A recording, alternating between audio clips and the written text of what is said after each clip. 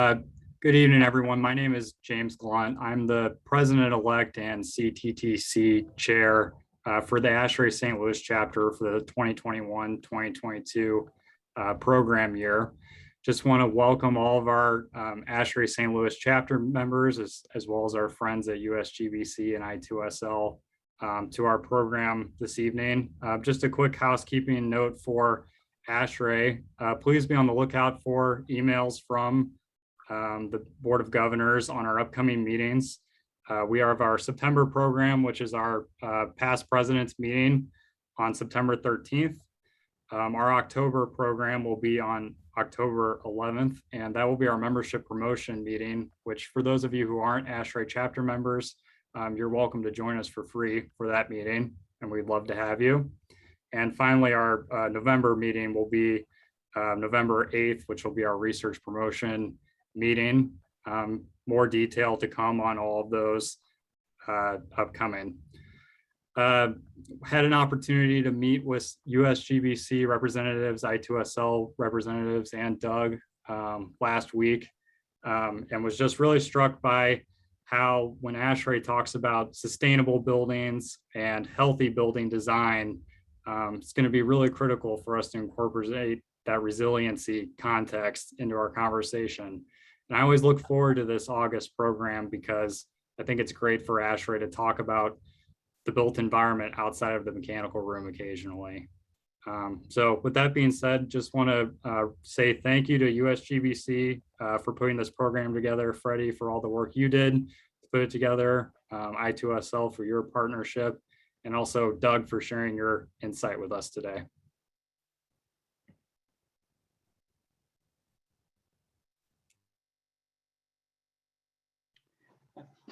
Thank you, James. I'm Puneet Jain. I'm an architect and senior VP with Canon Design and representing I2sl here. I serve as the president of the St. Louis chapter, I2sl, the International Institute for Sustainable Laboratories.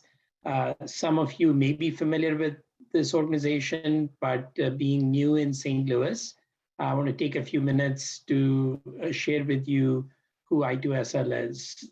So I2sl's vision is to be a global leader and primary resource in connecting all the stakeholders and providing information and education to ensure safe, sustainable laboratory design, operation, and use.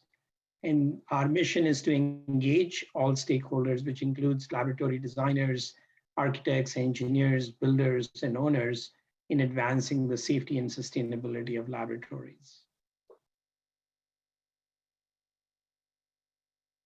And our alignment with USGBC and ASHRAE really fits well because of our mission and vision to be sustainable, creating sustainable buildings. Some of the focus for I2sl is to offer technical assistance when needed by various organizations, sharing new technologies that through customized training and workshops. The organization also has a national conference that's coming up in September. We also organize project charrettes where someone can reach out to I2sl for sharing their project and getting a critique or review from experts in the industry. We also host International Sustainable Laboratory Student Design Competition. And now there are 16 chapters for the organization, which was founded more than 20 years ago. And 13 of those chapters are in the US. Our chapter here in St. Louis was founded in October 2019.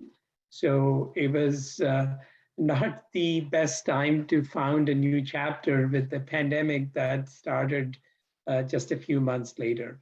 But it was a group of 10 enthusiastic members who started the chapter, the founders, which really became our board.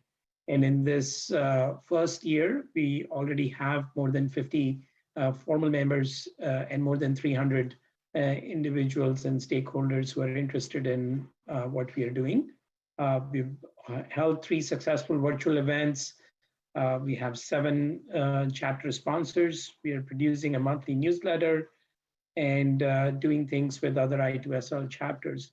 And most importantly, we are trying to align with local organizations like USGBC and ASHRAE. So I want to personally thank both USGBC and ASHRAE for letting us join you in hosting this event and exposing this organization to all of you. And hopefully you'll all find it useful in your day-to-day work and join the chapter and advance the mission of the organization. Thank you for having us here. And good luck, Doug, for your presentation. Thanks so much, Puneet. Hi, everybody. My name is Steve O'Rourke. I so much thank everybody from ASHRAE St. Louis, the International Institute for Sustainable Labs St. Louis, for partnering with us this evening. We always appreciate connecting with other organizations that care about sustainability in the built environment. And again, I'm Steve O'Rourke. I'm the chair-elect of the USGBC-Missouri Gateway Board of Directors. I'm so glad that you all could join us this evening. I have a couple of quick announcements before we get started in this evening's presentation. First, if you haven't already taken our member survey, please do so. We want to hear from our members. It helps us plan our upcoming programs and events, and it'll be especially helpful as we're in the process of updating our strategic plan this fall. Speaking of programs, we're currently seeking proposals for 2022. Specifically, we are looking for proposals that demand ambition and action today to accelerate sustainable solutions that will create resilient, prosperous, and equitable future. Questions? Connect with Freddie Brandt or our Education Committee Chair, Brandon Burhoff. Our proposals are due by September 20th. We are also seeking Green Schools Quest mentors and schools for the 21-22 school year. We love this program that pairs up a volunteer from our membership, or maybe even members from our partnering organizations, with a K-12 school to implement low and no-cost sustainability projects. We have a mentor information session that's planned for August 26th and a school info session on September 8th. Next week, our emerging professionals are hosting a happy hour, and get this, it's going to be in person. We're meeting at 5:30 at Schlafly Bottle Works on Thursday, August 19th. No agenda, just come out and hang with us outside on their patio and enjoy a cold beer. And finally, I want to thank our program sponsor this evening, Hastings and Chevette Architects. We're so grateful for their support tonight, as well as their annual bronze sponsorship. We cannot do what we do without the support of our sponsors, so thanks so much. And now I'd like to turn the floor over to Tom Brooks-Pilling. Tom is Vice President Architectural Practice Leader at WSP USA, where he focuses on growing WSP's transportation and facilities design practice. Tom's a member of our Education Committee and will be our moderator this evening. Tom? Thanks, Steve. So welcome all. We're going to start off with our networking event. And we have 2 questions for you all to consider. The first one is, what does social cohesion mean to you? And then the second, when you think of resilient design, what's the first thing that comes to mind? Freddie's going to break us up into a variety of different breakout rooms where we can chat and discuss these topics and anything else that comes to mind. We'll come back together at about 6:05, actually exactly 6:05, and we'll get started with Doug's presentation. So, want to take us away, Freddie? I'm still on this call, but just kind of bouncing around and trying to juggle with the airport and where my gate is, and it's moved and all this other stuff. And then the conversations that we were having in break room 12, very heady kind of stuff. But I want to thank the guys for participating. I thought that was great. Good deal. Didn't mean to blow your mind there, Ken. You did. You did. Thank Ready, you, we ready? everyone. Yeah. Take it away, Tom. It's my pleasure to introduce you all to Doug Pierce. Doug is a member of the AIA. He's a fellow with the USGBC lead, and he is a RELi accredited professional. We'll learn more a little bit about that in just a few minutes. Doug is the Global Resilient Design Director and an architect with Perkins+Will in their Minneapolis office.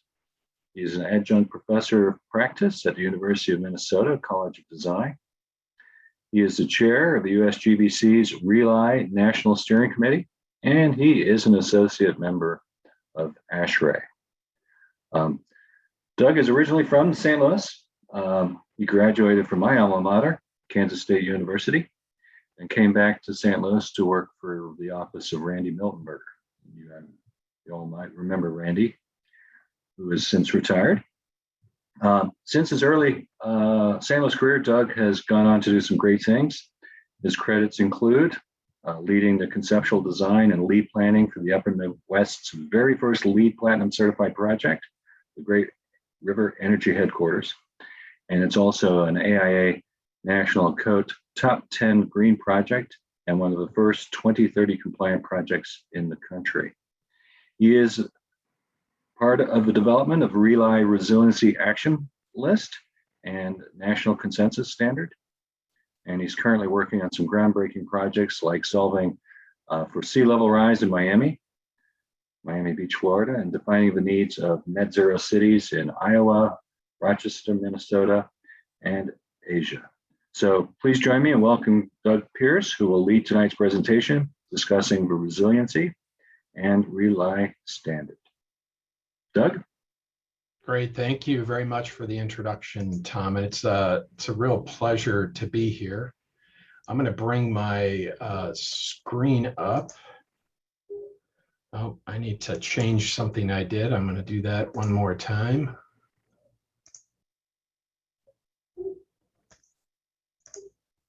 There we go. Can you see the cover slide, Tom? Yes. Yeah, right here. So it looks like we're ready to go. So thanks everybody for being here. It's a real pleasure, particularly being originally from St. Louis and spending, the first part of my life there. It's really great to be able to present and share some of the things that I've learned and through my career. So thanks for the invitation to be here. A little bit of the agenda for today. Basically, the way we're going to structure the presentation is I'm going to present some materials, then we're going to stop and ask for a couple of questions. Then I'll present some more material and we'll kind of repeat that over and over. So the thing we're going to start off with is sort of like, what's the difference between resilience, sustainability, and regeneration? We'll get a lot of questions about that. I'm going to try and offer sort of an elevator speech approach to it, kind of a real nuts and bolts, very simple way to look at it, and then sort of an academic look at what that is as well. So if you like biomimicry, some of that kind of stuff, I'm going to offer a little bit of that. And then sort of a rundown on why resilience matters. And in some ways, it's kind of an update on climate change and some of the issues in the world, like where are we right now? And I got a little video in there, so hopefully that'll keep things moving. And then I'll do a RELi overview and then what I call RELi credit samples. So there's no way to share a lot of information on all the RELi credits. So I've got a few selected, and I've got some little micro case studies that I'll pepper through those. And then if there's time at the end, we'll jump into a sort of a longer case study. We'll see how the time goes. So here's the sort of elevator speech on resilience. Is it resilience or is it sustainability? So in sustainability, you can sort of think of as our future is at risk and we must mitigate those risks to avoid the negative impacts. That's sort of a really simple statement on what sustainability is. If you shift over to resilience, you start to say, well, that future is arriving. Those risks are arriving, those impacts are arriving, and we must both mitigate and adapt to those negative impacts. And I want to focus on the mitigate and adapt because we have to continue to mitigate things like carbon, because if we don't, the climate change and a variety of things will get beyond our ability to adapt to them. So we really have to take both of those actions sort of at the same time. So that's the elevator speech. Now here's kind of a nuts and bolts kind of way to think about sustainability, resilience, and regeneration. How does how does this stuff sort of nest together? So here's one really simple example, and it is very simplistic. You can get into much more advanced dialogues than this. I'm going to focus on renewable energy because a lot of people know and understand that, and photovoltaics, right? So if you're talking about sustainability, the typical way to imagine that is that you have an array of renewable energy and PVs, and they are grid connected. And their primary goal, of course, is to provide some power, but it's also to mitigate carbon emissions. So that's sustainable, grid connected, mitigating carbon emissions. Now, on a resilience side, you could take that same thing, grid connected, mitigating carbon issues, and make that PV array islandable. So you can operate it off grid, and maybe it feeds power into your building, keeps parts of your building, critical parts of your building operating, maybe the whole thing if you've got enough power. But that distinguishes just a normal PV array that's sort of in the sustainable range with one that's resilient. You can make it islandable, you can run it when the grid is down, all those kinds of things. And then from a regenerative perspective, you would be, with your PV array, you would be annually providing more solar power to the grid than you need, right? So you can have combinations of this, right? You could have, sustainable, resilient, and regenerative. You might be just sustainable and regenerative and not be able to island it. You could be on a really sort of basic resilience mode. Maybe you don't have PV, maybe you have a backup generator, and that gives you some resilience. And if you're operating that occasionally, then it's not such a big deal if it's fossil fuel based. If you're running a generator a lot for peak shaving, then that becomes questionable as to whether you're sort of cutting across negatively into the space of sustainability. So you can start to imagine there's sort of shades of gray and variation on what's going on here. Now I'm going to jump into a bit of an academic conversation and sort of a biomimicry take on it. And I want to touch on the pattern of life and how these all fit together. So you can imagine these actually are a process if you patch them together. And it does really illustrate the pattern of life when you bring them together this way. So sustainability is really kind of a steady state. It's that state of sort of moving along fairly steady, and then boom, there's a disturbance, right? And hopefully you've decided in your disturbance, you're going to take an action, and there's a pivot point, and you start to bounce back, and then you're into regeneration. And after that point of stabilization, and then back to sustainability and kind of a steady state, and hopefully at a better state than you started, right? So this is actually comes from ecological succession. And if you look at forests, and this is particularly one out west, they'll be in a state of sustainability, they get a fire going. So that's a moment of resilience, and then they regenerate and come back to a sustainable state. You can also look at cycles of life on Earth from this standpoint. So if you look back 450 million years ago, life kind of came up to a point where it was stable. Then there was a moment of sort of extreme resilience and risk involved with it. Then it bounces back and regenerates, becomes stable again for 100 million years, and that pattern repeats over and over. And then today we find ourselves in a spot where we're making choices as to how stable we're going to maintain the climate, and then questions about how can we maintain stability of our infrastructure, our buildings, and a pretty wide range of things, actually. So with that, I want to show about a 3-minute video that will kind of help put sort of a perspective on where we are today. And so if you've got earbuds in or headphones on, I'm going to try and control the sound so it's not too loud when we start it, but just a heads up, I'm going to shift over to the video. And there's a narrator in this. As it gets towards the end, try and pay some close attention to the words that she has to say about sort of hope and human creativity and those kinds of things. So I'm going to shift this over to the video. I'm going to see if I can get the sound set to a good level. And here we go. This is about 3 minutes long. This is the story of how one species changed a planet. The latest chapter of our story begins in England 250 years ago. Fueled by coal, then oil, several brilliant inventions appeared. They ignited the Industrial Revolution, which spread like wildfire through Europe, North America, Japan, then elsewhere. The great railways, then cars and highways, connected people across the globe. Medical discoveries saved millions of lives. New artificial fertilizers meant we could feed more people. Population rose rapidly. But this was nothing compared with what was to come. The 1950s marked the beginning of the Great Acceleration.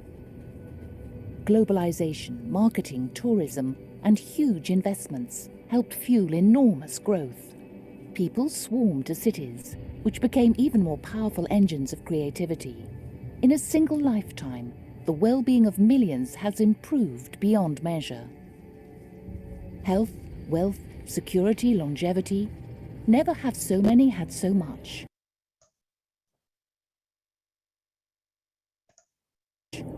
Yet 1 billion are malnourished. In a single lifetime, we have grown into a phenomenal global force. We move more sediment and rock annually than all natural processes, such as erosion and rivers. We manage 3/4 of all land outside the ice sheets. Greenhouse gas levels this high have not been seen for over 1 million years. Temperatures are increasing. We have made a hole in the ozone layer. We are losing biodiversity. Many of the world's deltas are sinking due to damming, mining, and other causes. Sea level is rising. Ocean acidification is a real threat. We are altering Earth's natural cycles. We have entered the Anthropocene, a new geological epoch dominated by humanity. This relentless pressure on our planet risks unprecedented destabilization. But our creativity, energy, and industry offer hope. We have shaped our past. We are shaping our present. We can shape our future. You and I are part of this story. We are the first generation to realize this new responsibility. As the population grows to 9 billion, we must find a safe operating space for humanity, for the sake of future generations. Welcome to the Anthropocene.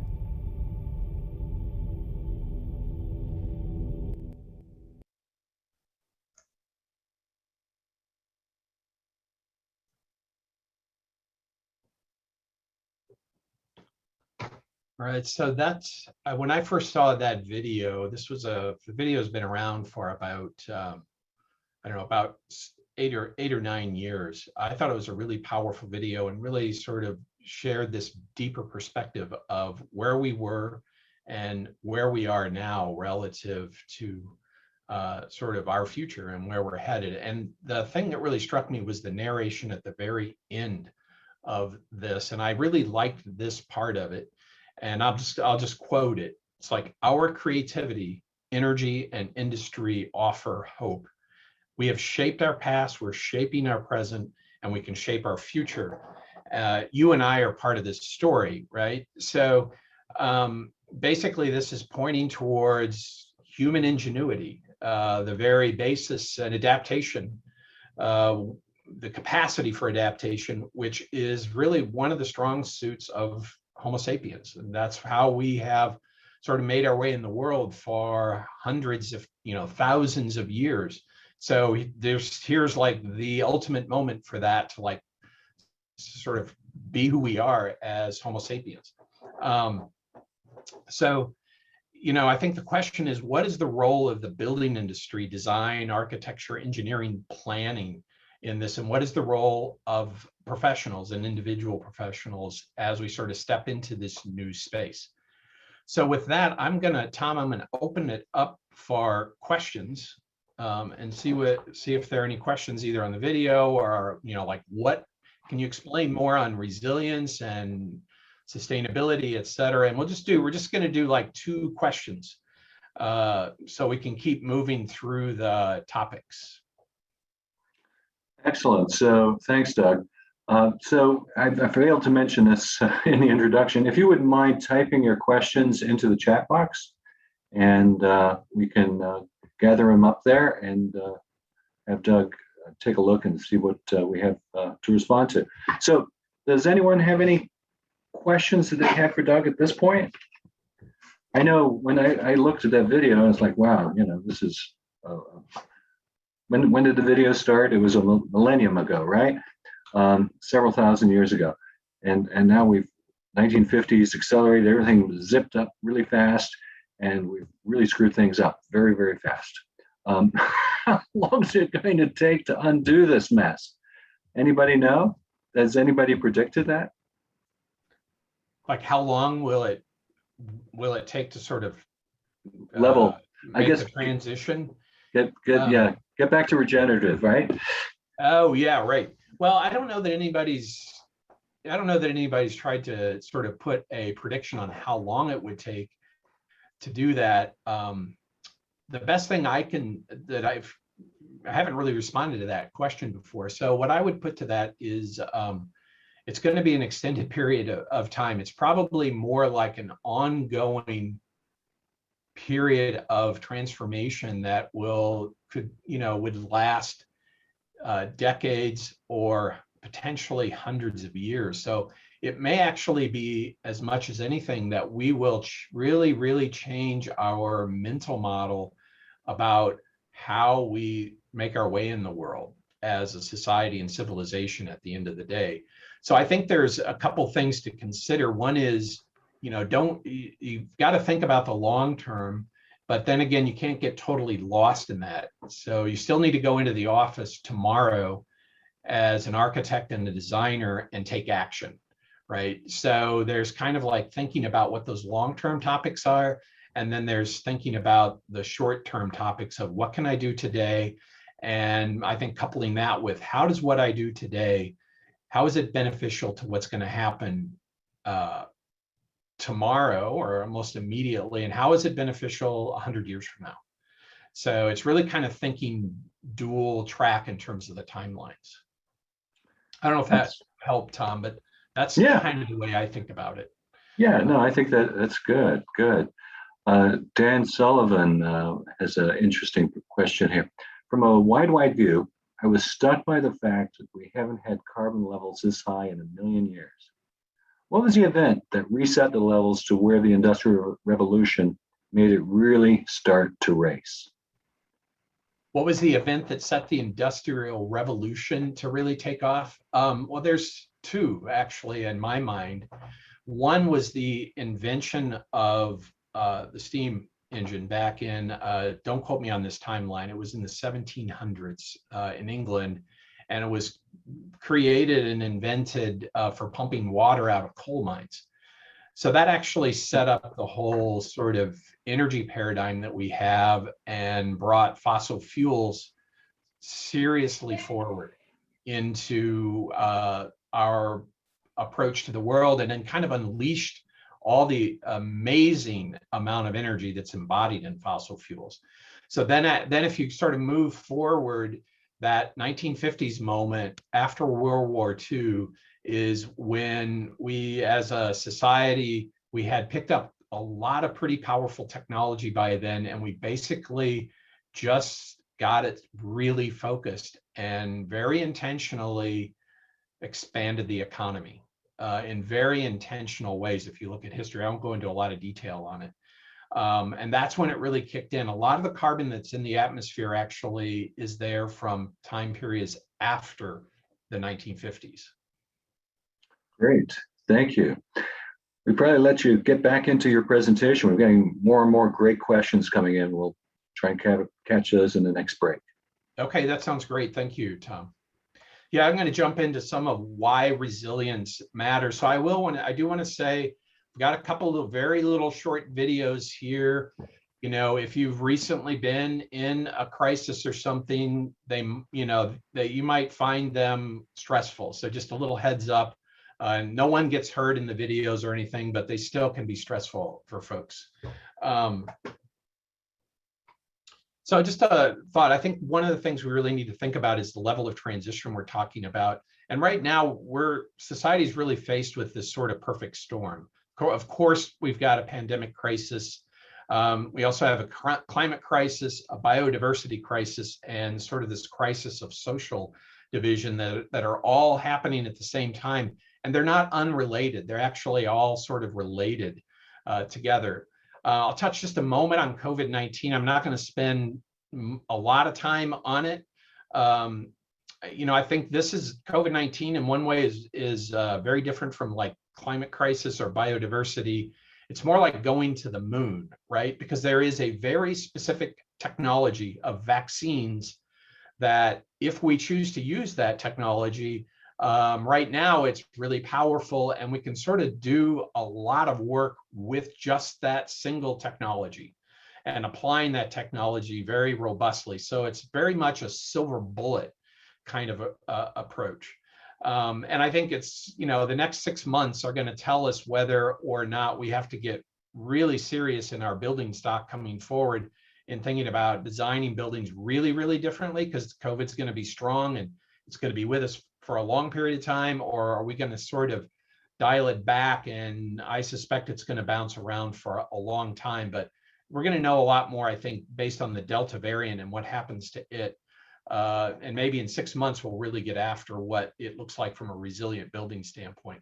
But until then, I just want to point out USGBC does have a couple of pilot credits for returning back to your buildings for LEED certification projects. There's a lot of great guidance in it as well.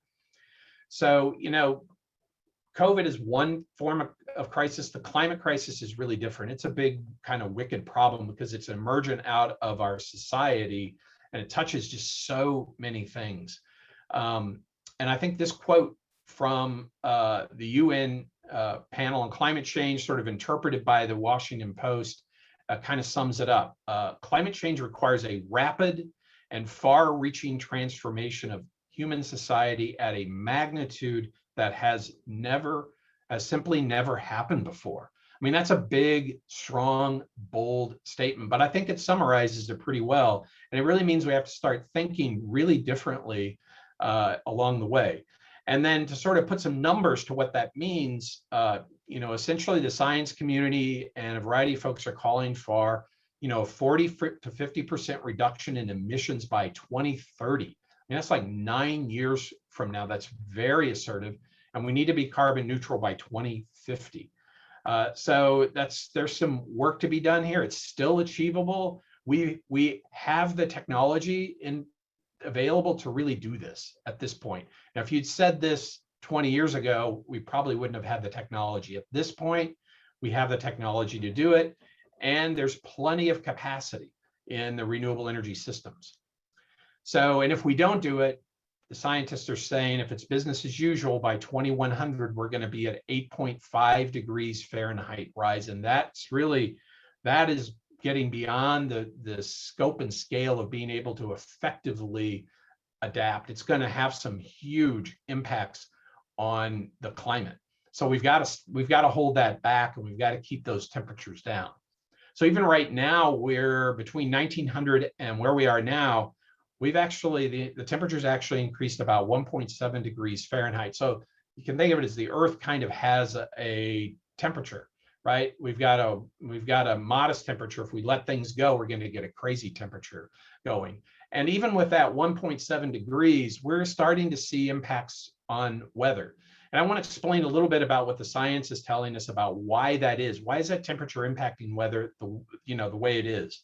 You can understand sort of heat, but what's really happening? So if you look back at 1980, we had a strong jet stream, right? It was clean, clear path. There was a nice, compact polar vortex, a pool of cold air at the top of the planet, and the jet stream kept it all sort of contained. And if you were looking at a weather map, the jet stream would have a fairly nice flowing pattern to it, right? But it was straighter, more consistent, etc. Now, if you take a look at what's happening at the poles are warming a lot, or the North Pole for sure is warming a lot faster than the rest of the planet is, and that's essentially impacting the jet stream. What this chart is showing is sea level ice loss. So we've had a 75% loss in the volume of ice in the poles. So these blue lines are 1980. Every one of these is a year, and you can just watch the ice become less and less and less all the way down through the red lines, which are the 2010. So that's the volume. It's down 75%. Surface area is down about 50%. So the poles are definitely warming, and this is actually causing a weak jet stream, right? There's not as much temperature differential between the cool air at the poles, and that mid-latitude air right below the jet stream. So it's starting to wobble around, and we're getting this sloppy polar vortex where it's drooping down, cold air is drooping down. It's creating these much more loopy sort of jet stream, right? And that creates blocking patterns. And this is actually the pattern that we were looking at for the heat dome that recently hit the Pacific Northwest. And they actually have a name for that. That's an omega block. So it really concentrated the heat and just sort of held it right there. And that is a result of the jet stream being sort of weak and sort of meandering all over the place. And then, of course, on the other side of the country, we're looking at floods as the result. And these were some of the temperatures that came out of that. You know, Medford, Oregon, 115 degrees. You know, there was a small town in Canada that I believe was hitting the 120-degree mark. I've forgotten exactly what it hit. And the thing to really pay attention to here is not only those temperature extremes, but in talking with the climate scientists that I personally know, they did not expect, the science community didn't expect these kinds of temperature extremes or the kind of weather that happened in Germany, those floods. They weren't really expecting that to happen until about 2040 or 2050 under a business as usual sort of scenario. So their comment to me is that, you know, the atmosphere seems like it's even more sensitive to CO2 than we thought, right? Of course, this is all tied and part of this 1,200-year mega drought that's happening in the Western USA. And this is a shot of Lake Mead. It's behind Hoover Dam. Normally, the water is up, you know, way up on these columns that sort of intakes and that are in the dam, and the overflows that are in the dam. And of course, Lake Mead serves like 25 million people with water. It's down at 36% of its capacity. It hasn't been this low since they filled it in the 1930s. And the expectation is it's never going to get back to full. And it would take, you know, just 3 to 4 years of above average snowpack to even break this drought, let alone to fill Lake Mead. So of course, this is part of what's generating the fires in California. And I've got a couple of videos I'm going to bring up here. This is the town of Greenville. It's a little gold rush town in California.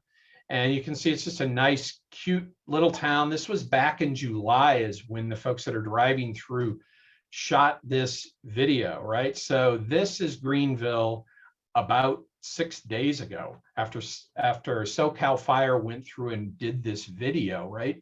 And in talking to some of my colleagues that work in California, they're sort of like, you know, the fires are so intense, it's really hard to actually build buildings that can resist all of this. So there are some really serious questions about that we're going to need to start asking ourselves about where do we build? What parts of the landscape do we occupy? You know, how do we build? Of course, those kinds of things. But this is, you know, the scale and scope of some of these weather impacts is getting really significant. So that's, you know, and it's not just on the West Coast. This was Minneapolis. About 2 weeks ago, we had some big fires up on the Canada-Minnesota border. They were across the border. We had the absolute worst air quality that we've ever had in Minnesota. And then it's not just heat or drought, it's also cold, right? So the jet stream loop down, as we all know, hit Texas really hard, and they weren't ready for it. You know, there's an attempt to blame it on the wind turbines. The wind turbines had issues, so did the fossil fuel generation, the natural gas, the coal, all those had issues because they really weren't designed to take that kind of cold temperatures. And you know, here in Minnesota, we have tons of turbines. They do fine in cold weather. Some of them, a lot of them did shut down in the cold period that was part of this, but they're designed to shut down at 20 below zero. So it's a matter of of design and getting things right to sort of create the resilience that you need in the grid. And this is a quick snapshot of power outages since 2000. You can see they're ticking up all over the country. Here's Missouri in the middle, sort of a 20%, 30% sort of increase. You can see Texas is in the white, and so is Michigan. So they're just not ready for it. They generally have a poor level of resilience. Now here's kind of getting into St. Louis area. This was the same weather system that set up the heat dome. So I did try to find out exactly what happened and how much rain hit Joplin. I couldn't find any information on it, but CBSN was saying, there might be like an 8-inch level downpour in Joplin. I'm curious to know what ultimately happened there. Now, overall, what we're really seeing in the Midwest is over the past 50 years, there's been like a 37% increase in very extreme precipitation events. And in Minnesota, southern Minnesota, over the course of about a decade, there were actually 3 1,000-year storm events that lay directly on top of each other. Now you can have 2 events like that, 2 1,000-year events back to back, or 2 500s, whatever, and it doesn't really change the model statistically. This is a statistical change in the frequency of events. And then also the overall increases in flood magnitude are up. These are decadal increases. So you can see St. Louis has been seeing a 3 to 6% increase sort of at a 10-year period over the past 40 or 50 years in flooding intensity. So this is at, Interstate 44, Route 66. And I know this is part of the world that I used to live in. I don't ever remember anything remotely like this sort of happening, right? And then this is the Mississippi River. I found these images to just be stunning, with the locks and dams just almost completely submerged. And here's I've got a little short video here that sort of shows the power of this. And this is also the 2019 flood. This is the Arkansas River. It's the Weber Falls Lock and Dam. This is a quick little video, but once again, it really gets to sort of the power of what is sort of going on. About 5 minutes ago. Take a look at this. This was the greatest fear right here, when we thought maybe they might do some serious damage to the dam. That barge on the right, it didn't take long for it just to flip over and be completely submerged, and there it went.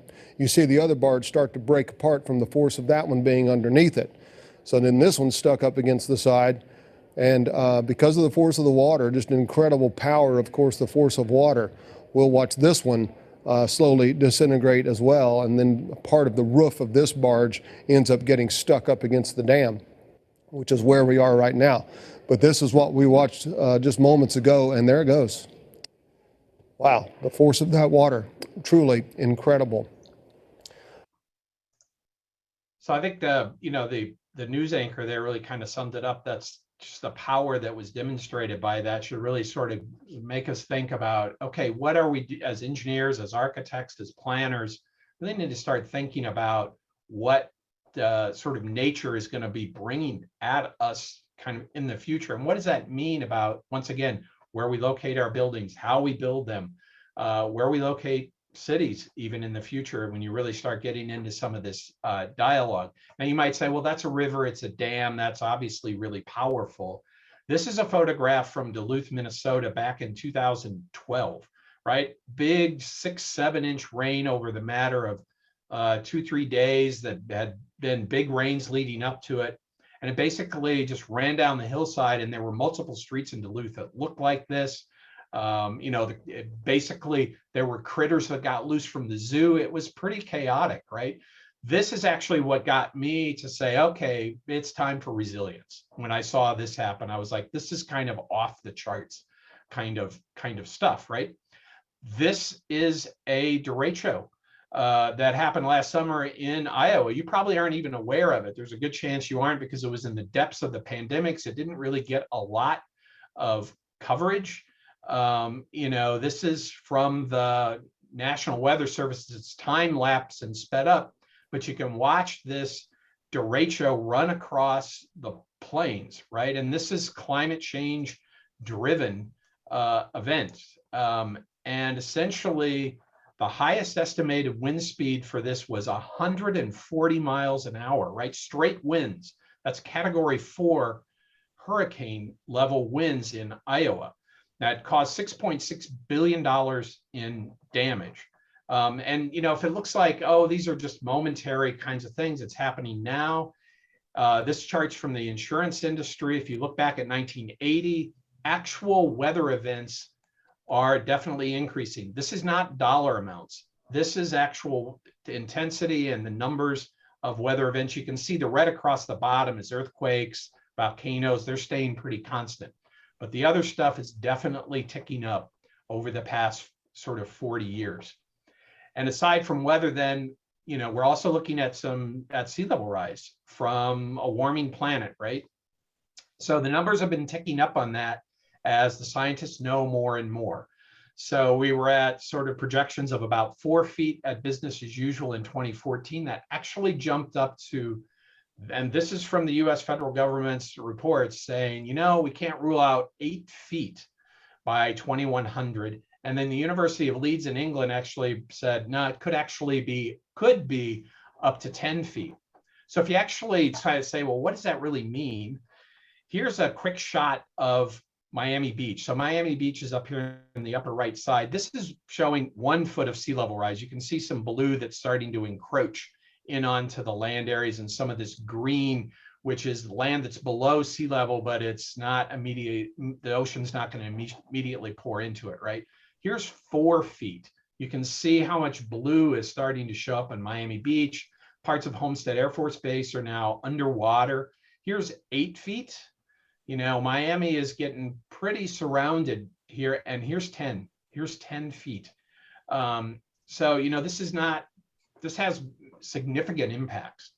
Biodiversity loss, we've got to work on maintaining our species. We've seen a 52% decline in wildlife population between 1970 and 2010.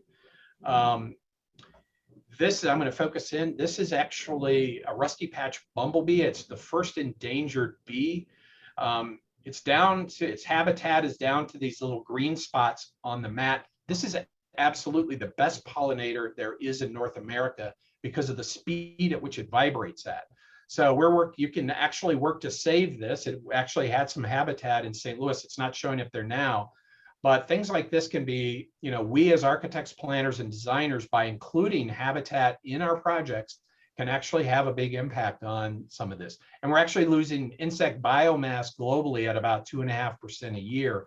And that's an important number because insects are the baseline for the food chain. And then social equity. This is a big, huge topic. The chart on the left actually shows the change in sort of aggregate income in the United States. So back in 1970, the middle income families had 62% of the wealth, upper income 29%. That's sort of flipped. It's starting to flip. By 2018, you can see upper income was at 48, middle income is at 43. Now here's a really interesting comparison. The difference between white households and black households is really huge, right? It's stayed about the same, but it's not, you know, black households are at a little more than half than white households. And part of that comes from the redlining that's occurred in the past, right? So you can see white households currently have almost 8 times more wealth on average than a black household. And one of the things that happened is that the FHA, when it was created in the 1930s, they created the mortgages that we have today, that whole concept of a mortgage. Blacks were not allowed to have any of those loans in the 30s. Developers were not allowed to get those loans if they were building in black areas or near black areas. And that continued into the 40s with the GI Bill. If you were black, you couldn't get a loan for a house in the GI Bill, right? So there's generational wealth issues that have really gone on and have a big impact. And you can see that in some of the social tension, right? So, you know, this hits pretty close to home for me in Minneapolis. The building that's burning there was about 15 blocks from my house, right? And this struck protests all over the world. And these are some of my personal photographs here. I've been over to George Floyd Square a couple of times. It's very powerful. There's some very powerful art. And actually, I find this inspiring. The resilience in this cohort of people is just pretty profound. And the art is just, and the sort of communications and some of those kinds of things are, they're moving. I find them to be inspiring in many, many ways, right? So, one of the things that we know is that, unequal economics damages social trust. There's been some really great studies that's been done on that. The more equal countries are, the higher the trust. Now, what I'm showing you now is from the Edelman Trust Index. This is done every year. They came back in 2019 and said people are losing faith in capitalism. 56% of the respondents, I believe, there's 800 people that respond to the survey. 500 are in the US, about 300 are global. 56% are saying capitalism does more harm than good, right? So they're losing faith in the economic system. 1 in 5 are saying the system doesn't work for them. The really good news here is even though people are saying these things aren't working, they still have hope. This is lack of hope down in the lower right corner. You can see most of the people surveyed, 75 to 80%, still have high levels of hope. And even in the pandemic, this was so interesting. This is actually really recent information. 64% of the people in the same sort of type of survey that was run said that the pandemic will lead to valuable innovations and that it'll be for the better. We'll change how we live, how we work, how we treat each other will be better because of the pandemic. And even on climate change, big shift. Basically, they're saying the pandemic has led me to believe this is true. There are like a significantly larger number of people that are believing in climate change and that it's going to have a serious impact on us if we don't do something about it. It's gone from 46% of this survey to 70. It's huge. So you can see some things that are happening here that are really hopeful, right? And I love this quote at George Floyd Square. You have to act as if it were possible to radically transform the world, and you have to do it all the time. Now, to me, that doesn't mean I'm going to get up and I'm going to be a rebel every day. I'm going to get up every day and I'm going to act very intentionally and very purposefully every day towards resilience and sustainability. And if I can ratchet it up one, I will. But of course, you have to be thoughtful about how you do it. You can't alienate people, all those kinds of things. But basically, this is the concept of being persistent, which is what this is really getting at, is absolutely essential. So Tom, I'm going to stop there and see if there are any questions, either new questions or some that have come in.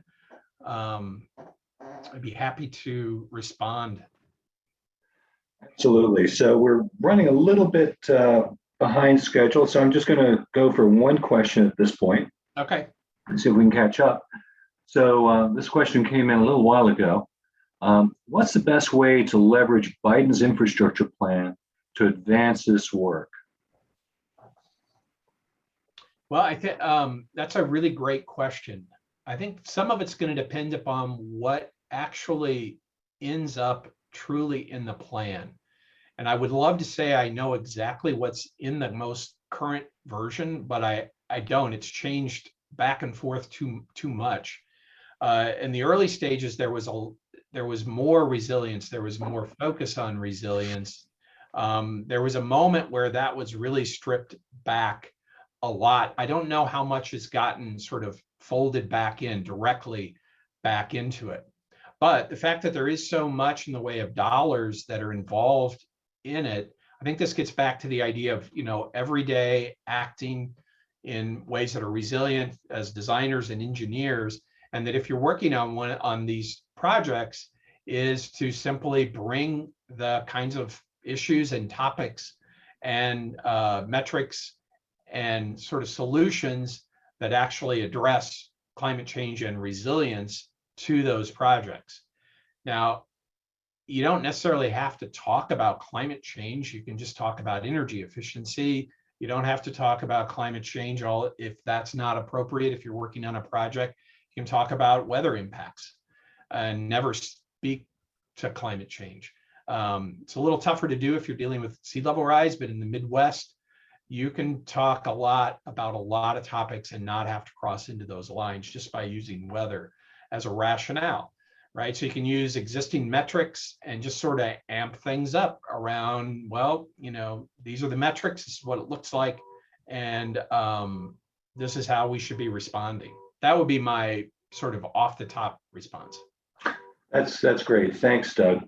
I will post in the chat here in just a moment something the AIA published today, and it has to do with the building sector provisions of the bipartisan infrastructure deal in the U.S. Senate. So you'll get, you can read what AIA has summarized from it. So thanks all. Continue with your questions, and we'll let Doug get into his next segment. So I'm going to have to apologize for the car horn that is honking in the back. Can somebody share how bad is that sound for you guys? Can you hear it? Not too bad? Okay, good. Somebody's got their car alarm going and they're not getting it shut off. So from the kind of in the video, there's this idea of our creativity, our energy, our industry offer hope, right? So I think we're going to really kind of focus in on that and think about how we can shape our future. So that brings us over to, to RELi, because this is very much a tool both about the present and how to adapt to the present and how to think about the future. And the intention of RELi, just like LEAD actually, is that it makes this topic very actionable. So what I want to kind of do is go through some RELi credits and criteria, and in no way can I get into a ton of detail or in any way possibly share all of the credits. So I'm going to do samples, and you're going to have a ton of questions once I go through this, but the idea is to give you a feel for it, not only for RELi, but what does resilience feel like in a very tangible ways. So first of all, I say RELi, you pronounce it RELi. A lot of people naturally want to pronounce it RELi, but it is RELi, and it's it's kind of a derivative of the concept of resilience list. And the intention was that it would build forward from the existing sustainability knowledge. LEAD is certainly one. We didn't want to sort of recreate the wheel, but it was to fill the resilience gaps. That was the sort of essential mission. And we wanted to have ease of uptake. So if you get into it and you look at the scorecard and the checklist, it's intentionally similar to LEAD. It's list-based. It uses prerequisites and credits, just like the approach. It gets reviewed by GBCI. So it feels and tastes a lot like LEAD from the sort of approach standpoint. Now it's anchored around new buildings. You can go up and down in scale. You can apply it to urban design. You can apply it to interior design. And right now, RELi is open for pilot certifications, and you couple it up with LEAD. You pursue a LEAD certification, and you can couple RELi to this and sort of expand what you can do with LEAD dramatically. You get both certifications. I also want to add that if you're doing LEAD, there are 3 pilot credits that are focused on resilience, and you can plug those right into the innovation credits. So if you go to the LEAD library, you'll find them in the pilot credit section, and those are very compatible and symbiotic with RELi. They share the same kinds of criteria, those kinds of things. But it's not a complete package of RELi. It's focused on some more specific issues. So there's a couple ways you can head with resilience through USGBC, RELi being one of them. And then also, if you Google RELi USGBC, it's going to take you. You'll have a link come up, and you can download the PDF of RELi 2.0, just like you can download LEAD and other documents.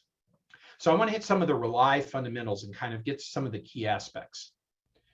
So first of all, the credits in RELi are generally structured around project approach. There's a big chunk of credits around project approach, more so than, for example, LEAD has. LEAD has integrative process.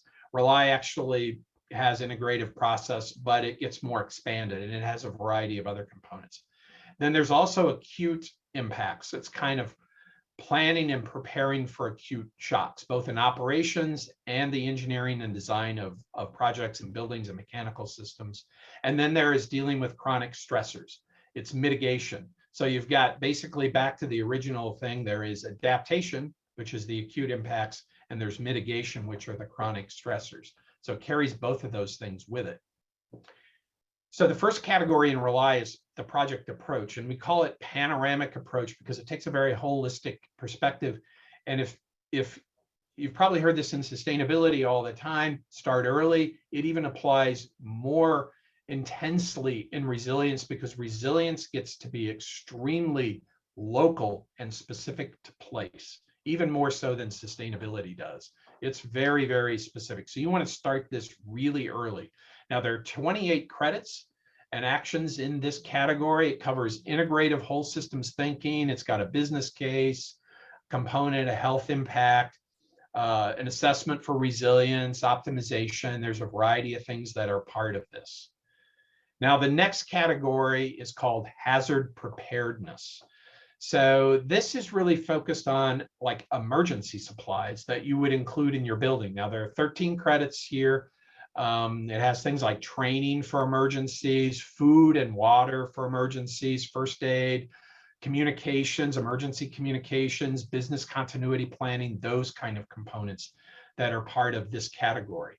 And then there's the sort of hazard adaptation piece. This is what most people associate with resilience. So this gets after the design and engineering of projects. There's 29 credits here.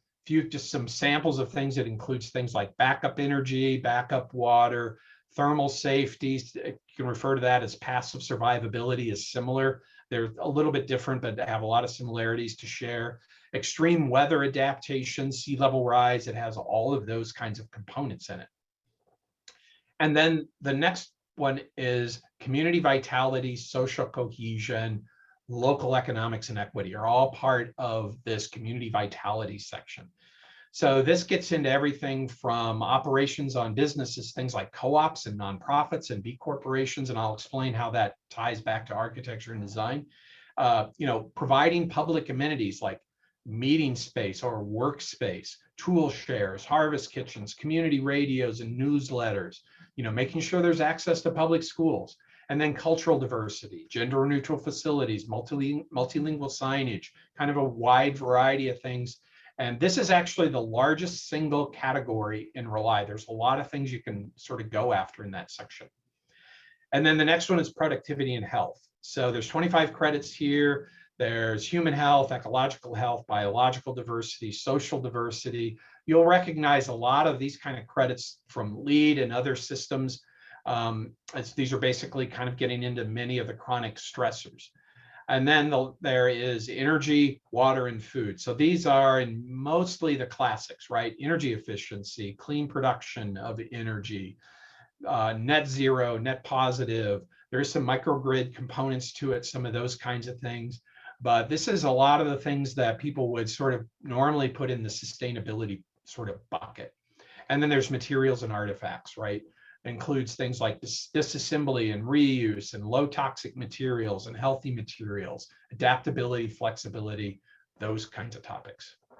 So I'm going to pause there and see if we can, if we have time for a couple of questions, or if you think there are questions you have, Tom, that have come in that are salient. And then after this, I'll jump into the credit samples.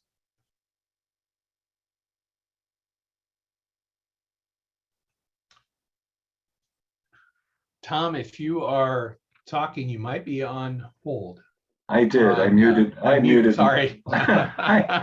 Thanks for giving me a heads up there. I appreciate that. So here's a question about how do we get beyond the politicization? This is a tough word for me to say. Politicization. Politicization? Someone help me with that one. Of climate change. Politicization. Yeah. How do we get beyond that? It's a really excellent question, and I'll share with you some some of what I'm up to now, but you could probably ask me that question in 3 or 4 months and I could give you a much more solid response, and I'll share what I mean by that. I'm currently working on a resilience plan for a really gorgeous little city in Iowa. And there's a couple cohorts in town. Some are not as strong around climate change as others, and they're really questioning it, right? So, and you can see that this is a general trust issue, kind of back to where I was before. There's a big trust issue that's going on in really serious ways. So the way we're approaching it, and I say we'll know in 2, 3, 4 months, because it's actually going to go out for public review and all those kinds of things. We'll find out for sure how people sort of take this. But even though it is very focused on carbon reduction, there's a big piece of it that is a carbon reduction plan. About a third of it is that we never actually use the word climate change, and we don't show the classic climate temperature curves and all those kinds of things. What we did was we looked at the change in growing seasons and the change in the USDA growing zones was one of the ways we shared the temperature changes. We also just looked at metrics. At this point, there are enough impacts in the world that you can just look backwards for 50 years and go, hey, look at this change. This is historical change. And we did that for the water. I'll share this earlier. We did that for our stormwater and extreme rain and said, there's a huge amount of change. It's not projected. It's not computer modeling. This is just NOAA's weather sort of numbers. And so there's no reason to believe that's going to change. It's going to continue to do that. Everything looks that way. So we need to project out into the future for you to better size your stormwater system. So in one way, we're in this position where sometimes you can look at historical numbers and just sort of talk about that. You can't do that with sea level rise because there's actually, the historical numbers aren't really going to get you where you need to be. But so it's sort of shifting our language and trying to find the hot button words, those words that create hooks in people's minds and suddenly get them to just sort of jump ship, pull those out of our language and find other words. That's the strategy I'm trying to take. And I'll share how the results go in 3 months.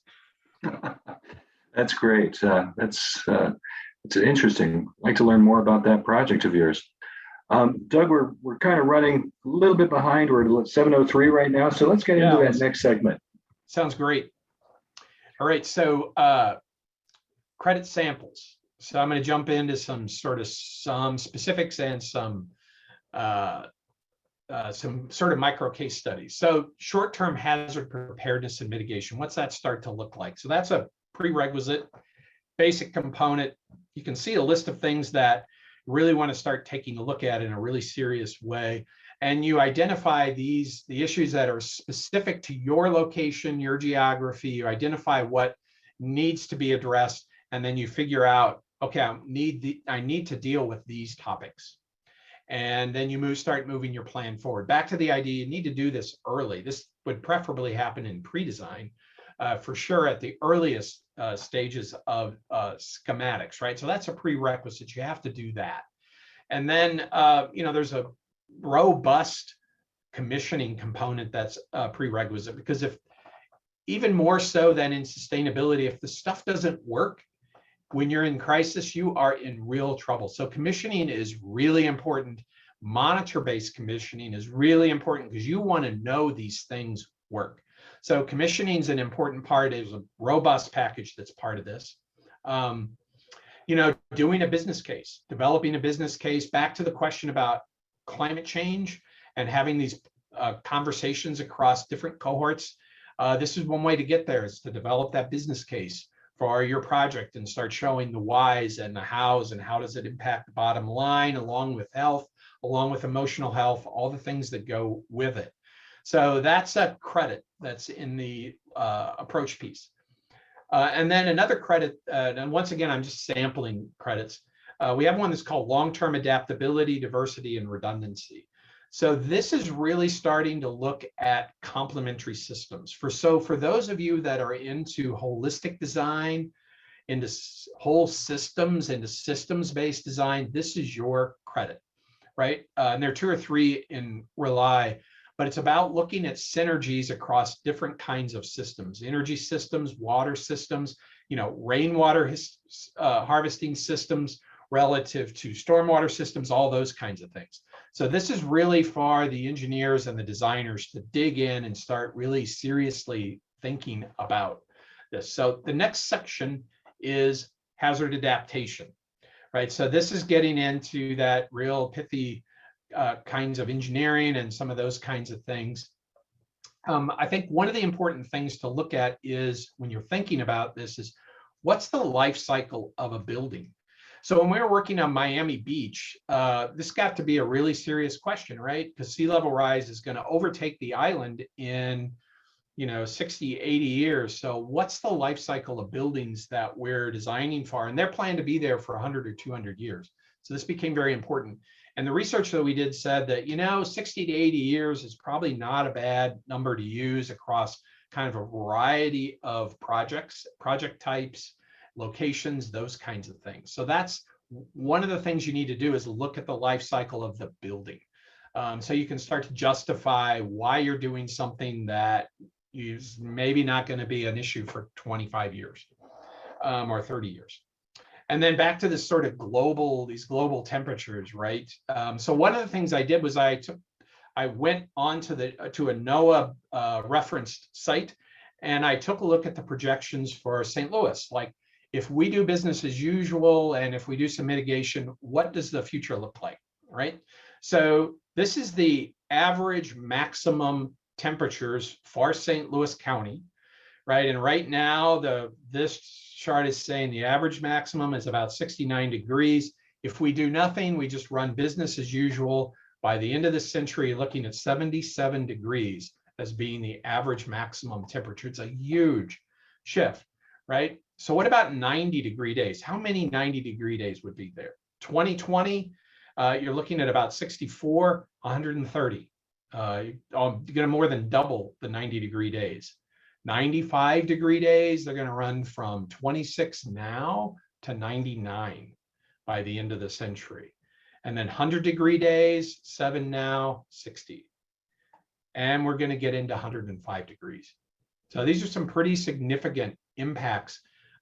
Heat island effect issues, outdoor temperature issues, building mechanical systems, I think are at some point out there, you're going to have to start paying attention to that. That gets into this life cycle analysis piece of when do you actually need to start thinking about mechanical sizing and equipment. I know it's not immediate, but it's potentially coming up down the road. Cooling degree days, look at the shift, 80% increase in cooling degree days. Heating degree days don't drop as much. It's about 30% over that arc. Here's a hazard preparedness sort of adaptation sample. It's mixing a couple things together. There's some emergency sort of preparedness kinds of things, and then these adaptation items. So we put together a matrix that blends some things together.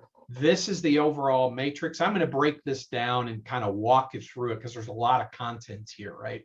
So this matrix is showing a combination of required emergency food and water for projects. It's showing required backup power and operations water and thermal safety. Very, has similarities once again with passive survivability, if you're familiar with those terms, right? So I'm going to walk through this matrix. I'm just going to break it down and kind of go through it. So here we go. So these are the facility types. We've broken RELi down into facility types: hospitals, nursing homes, and emergency facilities. Then there's residential and overnight facilities, and then fundamental community service facilities. Those are things that, like pharmacies and gas stations, things that provide some really important services. And then there's just commercial buildings, office buildings. I know there's with the lab cohort here, if a lab is not a BSL-3 or something that's really risky to the public, it would be a commercial building, and you'd make choices based on sort of some of those criteria. So the first thing is emergency food and water. All of these right now require some level of emergency food and water to be stockpiled in the building. On-site power, it's required for nursing homes, hospitals, et cetera. It's on-site power is optional for these other sort of cohort of buildings, but if they don't have on-site power, they have to have power hookups so that you can hook backup power generators or et cetera to it. Preferably it's on site, preferably it's PV with batteries, right? That would be the greenest and the most sustainable and regenerative sort of approach to it. Thermal safety, right? Can you occupy the building without being in danger? That's required at some level for all of these projects. And then operations water, it's required for the baselines, it's optional in the other topics. And then the minimum time for hospitals, nursing home, emergency need 4 days of those required items, power, backup, food, et cetera. And that has just come from nowhere. There's basic guidance for hospitals that call for 4 days. And if you look at previous events like Hurricane Katrina or Sandy, it's about 3.5, 4 days before help gets to the most serious areas. So there's some metrics involved with that. So you can see the numbers here. Commercial buildings drop off to like 1.5 days, and we're actually looking at making some other possible changes as we go forward. And for the fundamental community service, this is not continuous. These are daily hours and they vary, sort of thing. And then if you're doing renewable energy with batteries, that sort of criteria drops a little bit with the anticipation that you're always producing some energy, right? It's not like you run out of your fossil fuel. The sun's always out, you're always producing some energy, those kinds of things. It goes into the battery backup. Now, temperatures. So we actually use as a core to RELi. There are other ways of getting to it. We look at heat index, right? So for hospitals and nursing homes, 81 maximum, 71 minimum. That's actually a federal criteria. Cold season, 71 minimum. Then for residential buildings, we're at 90 degrees heat index. And I'll talk a little more about heat index and some of those things in a minute. Minimum of 50 degrees indoor temperature, nothing freezes up, right? Fundamental community service buildings, 103 maximum indoor temperatures. That's heat index, once again. And then non-critical commercial buildings, kind of same thing. And that even gets waived if the outdoor temperatures exceed 103 degrees. And then you can do this with operable windows, natural ventilation, passive cooling, or you can do active cooling, ventilation fans, backup power, all those kinds of things. The operable windows, natural ventilation, passive cooling, that's passive survivability. The next line down is really this thermal safety kind of approach. And then cold seasons, both passive heating or backup power and fuel. And you can do safe zones. You don't have to do the entire building. That's really important because this can get spendy. So you do safe zones. Now, here's the kind of heat index chart, right? So you're at, and that's what we're referencing. You can see 81 degrees is back in the caution zone for heat index. 90 degrees is still right at the edge of caution, almost extreme caution. 103 is in the extreme caution, but not the danger zone, right? So believe it or not, this is sort of the best information that's available around how people respond to it. We did over a period of a few years, there are a lot of people that looked for sort of other sources of information, and this heat index and the source for heat index information is really the best thing that's out there. Now you can use wet bulb globe temperature, and you'll see there's a big difference between those two. A heat index of 90 degrees can be very similar to wet bulb globe temperature of 82.5. And part of the reason for that is heat index is more sophisticated than a lot of people think. And heat index is a number that's in the shade. Wet bulb globe temperature is in full sun. So that's the big difference that's happening. They're actually feeling quite a lot, pretty similar to you if you're a person. And if you really want to get into the nuts and bolts of it, the Center for the Built Environment gets all the way down into psychometric charts. and how they cross up, right? So there are some options here for what kind of power that you use. You don't have to power the whole building, those kinds of things. So here's another micro-study or a micro-study on that kind of concept. This is Great River Energy.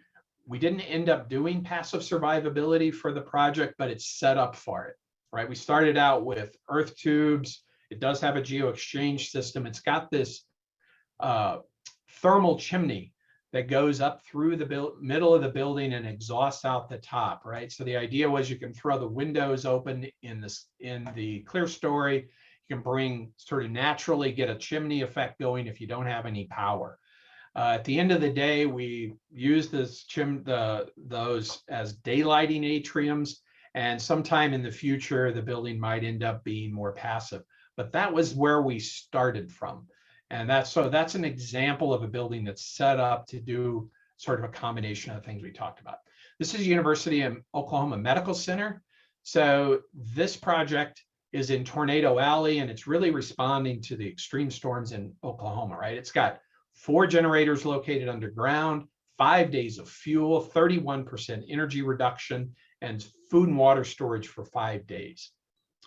So now shift to flood magnitude and floods, right? So this is a quick snapshot. This is actually the Cooper Nuclear Power Station in Nebraska. I was watching this back in the 2019 flood, whether this nuclear power station was going to stay operational or not, or whether they were going to have to shut it down. They almost had to shut it down, but they didn't. So as you know, if you flood a nuclear power plant, they can run out of control, just like Fukushima did. It's very similar. So what's the criteria in RELi? Basically, greenfield sites, you need to be above a 500-year floodplain. Previously developed sites, you need to manage for a 500-year flood. And if there is no 500-year floodplain that's mapped, it's a 100-year floodplain plus 3 feet. And if there's no information, you're going to have to do some work and figure out what it is. Now, the observed sort of heavy precipitation you can see is up 37% in the Midwest. And the way RELi is structured, what you do is you project out 30 years, knowing that that increases 37% over the last 50 years.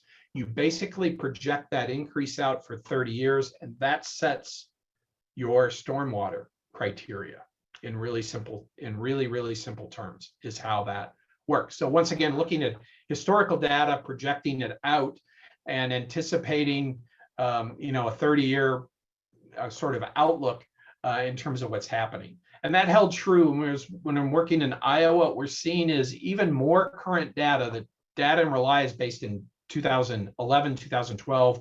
The current data is saying the upper Midwest is seeing a 42% increase, and that was as of 2019. So it's continuing to increase. The impacts are continuing to increase. We're seeing them go up. So here's some best management practices on extreme rain. Basic things: increase your roof drain sizes. Consider getting your grade floors up relative to flash flooding, which is different than riverine flooding, just extreme rain downpours. Get those grade floors up some, right? Design your footings and foundations for moving water. Window wells, area wells, recessed dock ramps, all that stuff. You need to rethink, what you're doing with that. Will the storm system actually handle it? That kind of stuff.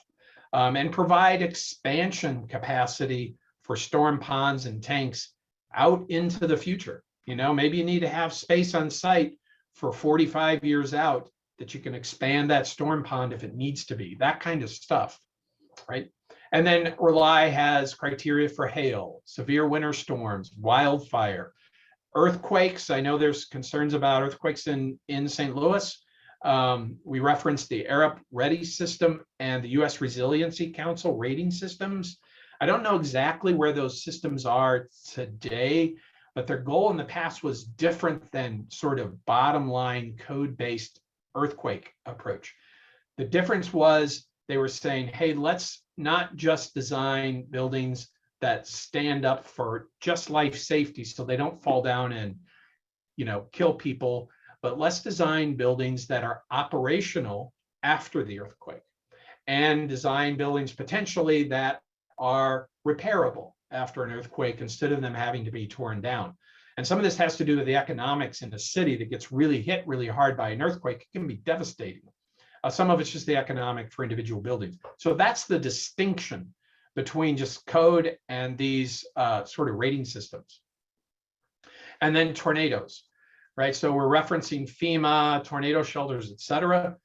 Once again, relies in pilot mode. So what we're seeing, what I'm seeing, is that a lot of projects just won't go for the full-fledged FEMA tornado shelter that will take that F5 tornado. It's too expensive, right? So we're looking at sort of figuring out some in-between areas for what that looks like. However, having said that, this is the science, the best science I've been able to find on thunderstorms and tornadoes. And the scientists will tell you this is really a tough area. It's not very precise. But this science is saying, and this was back in 2013, expect robust increases in the occurrence of severe thunderstorms and tornadoes, right? So this is December, January, February. The black dots are increases. So you can see in some, particularly on the East Coast, they're really seeing increases from where they're at. Now the white dots are really robust increases. Well, guess what? Tornado Alley is going to make its way right up through the heart of the Midwest. And that's what it's really starting to look like. And then actually calms down. There's really not much of a change or even reduced in January, June, July, and August. Things might actually tame down a little bit, and then they'll pop back up in September, October, November. Now, that could change, but by all accounts, this would hold true for what's expected in terms of temperatures and water in the atmosphere, et cetera. So this is the University of Oklahoma Medical Center.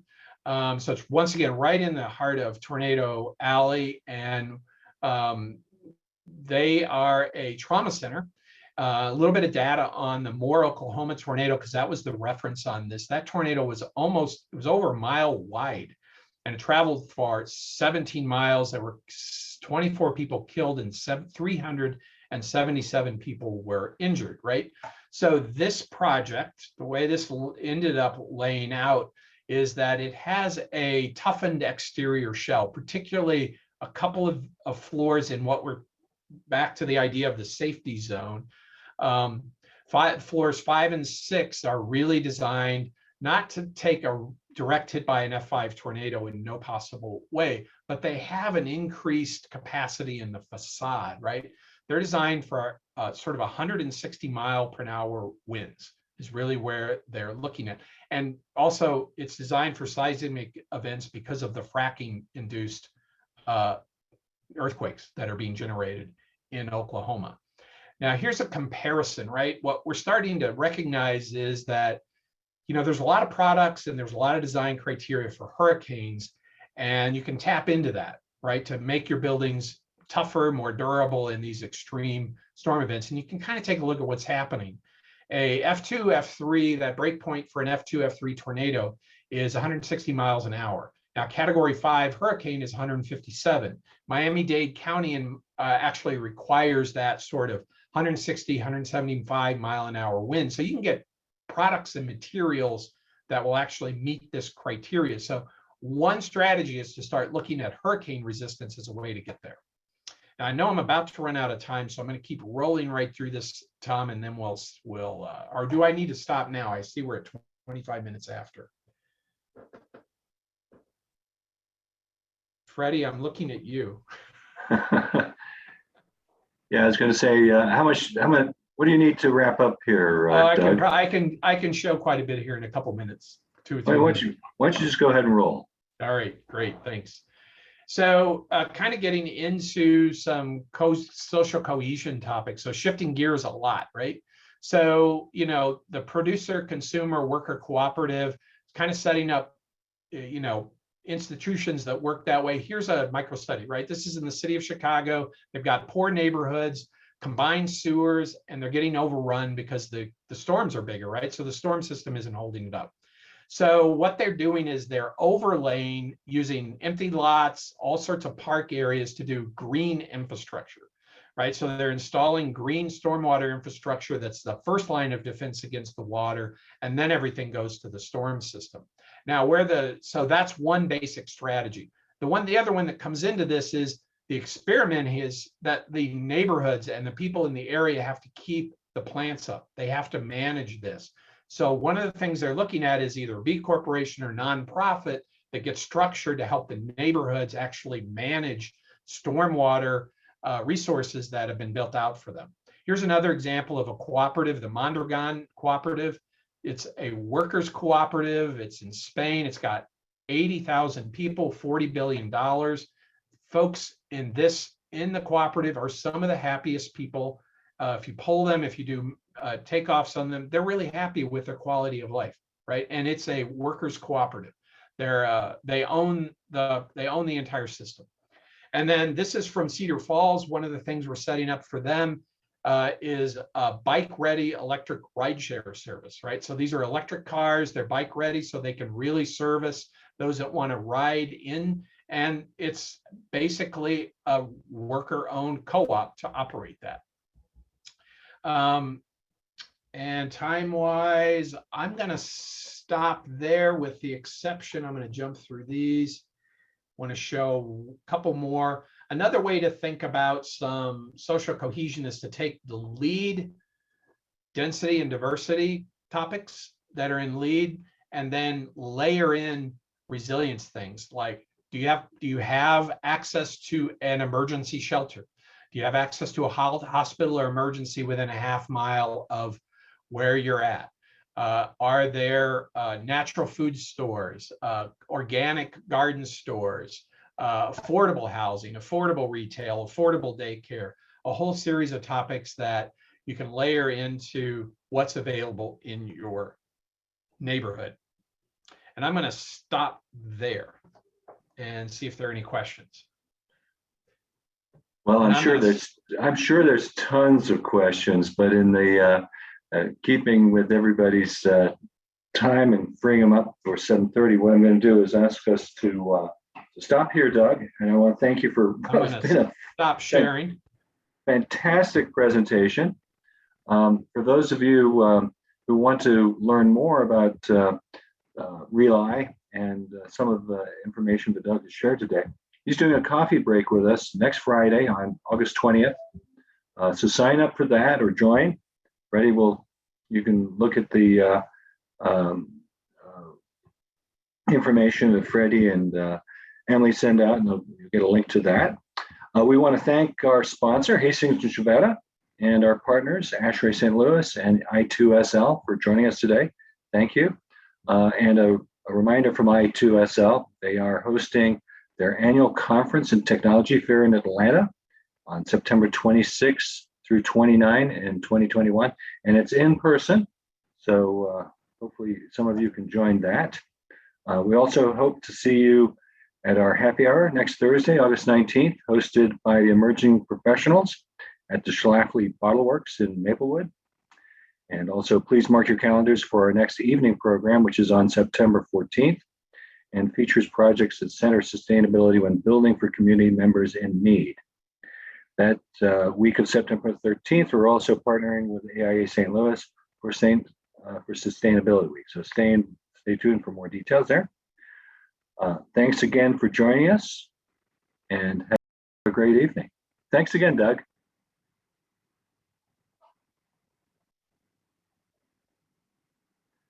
You're on mute, Doug. All right, thanks everybody. Thank you so much for the opportunity to share. Tom, thanks for facilitating. Freddie, thanks for keeping us all moving in the right direction. Yes, this was great. We're looking forward to continue the conversation next Friday. Thanks so much. Absolutely. I know we had a lot of questions unanswered, so that. Oh, I'm really sorry about that. Yeah, Oh, well, no, we'll answer them on Friday. For. We'll answer them next Friday. All right. Thank you. Perfect. Have a great Thank you. evening. Thank you, everyone. Cheers, Thanks, Doug. Cheers.